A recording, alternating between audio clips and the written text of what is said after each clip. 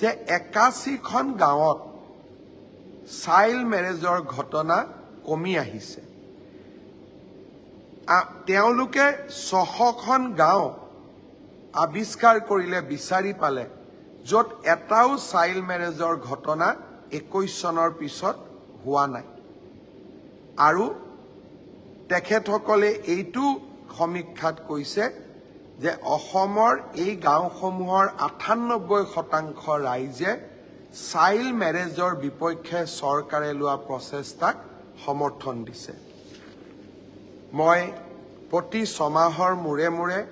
child মেৰেজৰ লগত জড়িত লোকসকলক আমি গ্ৰেপ্তাৰ কৰোঁ আইনৰ ওচৰলৈ লৈ যাওঁ প্ৰথমতে মানুহে দুই এজনে আমাক বেয়া পাইছিলে কিন্তু এতিয়া গাঁৱে ভূঞে গ'লে ময়ো সুধো যে সৰু বয়সতে কোনবা বিয়া হৈছে নেকি সকলোৱে কয় নাই নাই আমাৰ গাঁৱত হোৱা নাই আমি নকৰোঁ আমি কৰিব নিদিওঁ আমি আইন ভাঙিব নিদিওঁ আনকি সংখ্যালঘু গাঁওসমূহতো এই কণ্ঠ মই শুনিবলৈ পাওঁ অৱশ্যে আমাৰ যি প্ৰচেষ্টা সেই প্ৰচেষ্টা অব্যাহত থাকিব আমাৰ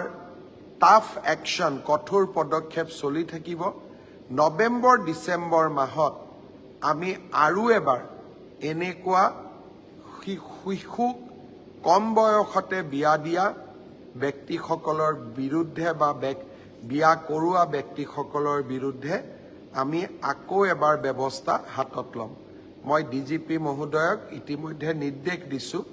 যে প্ৰাথমিক সমীক্ষা আপুনি আৰম্ভ কৰক নৱেম্বৰ ডিচেম্বৰ মাহত